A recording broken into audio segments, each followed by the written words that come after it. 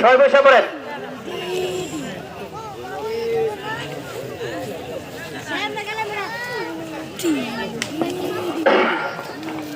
কেউ কথা বলবেন না, নামাজের শুরুতে বসলে সব থেকে ভালো হয়, নামাজের শুরুতে বসলে সব থেকে ভালো হয়।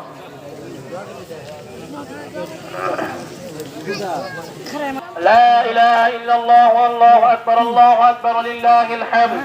الحمد لله المنعم المحسن الديان ذي الفضل والجود والإحسان ذي الكرم والمغفرة والامتنان. الله أكبر الله أكبر لا إله إلا الله والله أكبر الله أكبر لله الحمد. ونشهد أن الله أكبر الله أكبر لا إله إلا الله والله أكبر الله أكبر لله الحمد. أما بعد فاعلموا أن يومكم هذا يوم عيد الله عليكم فيه عوائد الإحسان ورجاء نيل الدرجات وعفو والغفران. الله أكبر الله أكبر لا إله إلا الله والله أكبر الله أكبر لله أكبر لا إله إلا الله والله أكبر الله أكبر ولله الحمد. وقال رسول الله صلى الله عليه وسلم فإذا كان يوم عيدهم يعني يوم فطرهم باها بهم ملائكته فقال يا ملائكتي عبيدي وإمامي دعائي وعزتي وجلالي وكرمي وعلوي إن الله والله أكبر الله أكبر لله الحمد التي قبله. نعم بقيت المسألتان فنذكر لا إله إلا الله والله أكبر الله أكبر لله والسلام. من صام رمضان ثم أتبعه 6 من شوال كانت كصيام الدهر. الثانية كان النبي صلى الله عليه وسلم يكبر بين أضعاف الخطة يكثر التكبير في خطة الرجيم. قد أفلح من تزكى وذكر اسم ربه فصلى. لله الحمد. الحمد لله نستعينه ونستغفره ونؤمن بشرور أنفسنا ومن سيئات أعمالنا ونشهد أن لا إله إلا الله وحده لا شريك له. من يطع الله ورسوله فقد رشد ومن يعص الله فإنه لا يضر إلا نفسه ولا يضر الله شيئا. أعوذ بالله من الشيطان على النبي يا أيها الذين آمنوا صلوا عليه وسلموا تسليما.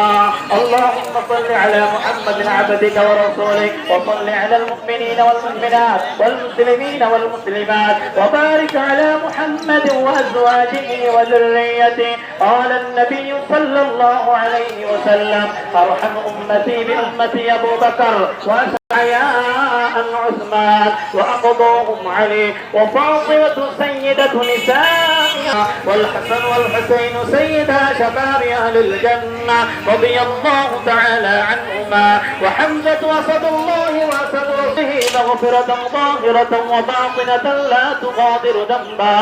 الله الله في أصحابي لا تتخذوا ثم الذين يلونهم ثم الذين يلونهم والسلطان ذل الله في الأرض من أهان سلطان الله في الأرض أهانه الله.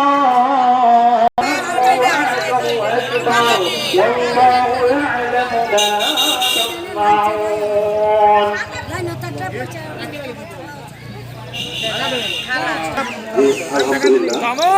আজকে খুব ভালো লাগছে আর কি। এখন পর্যন্ত কোনো লোক ওঠে নাই, এটা দেখে খুব ভালো লাগছে। যাই হোক আলহামদুলিল্লাহ আমাদের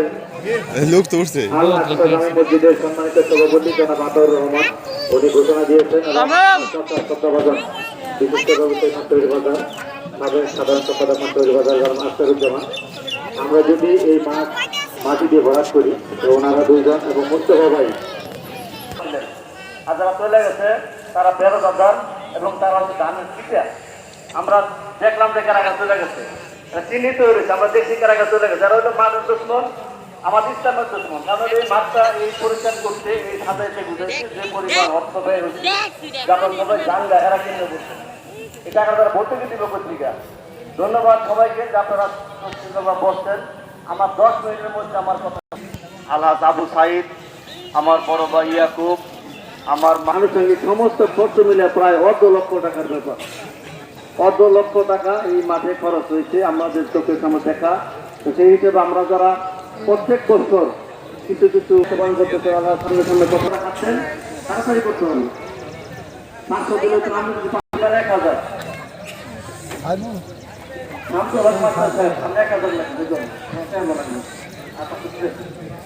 তারপরে আমাদের গ্যাস নাম করে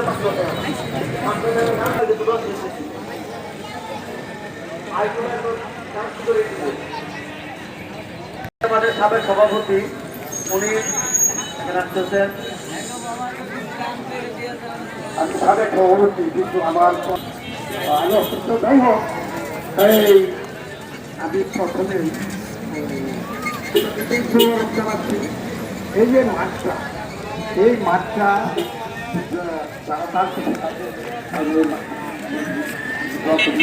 একটা দিন ছিল আবুল হোসেন সাহেবকে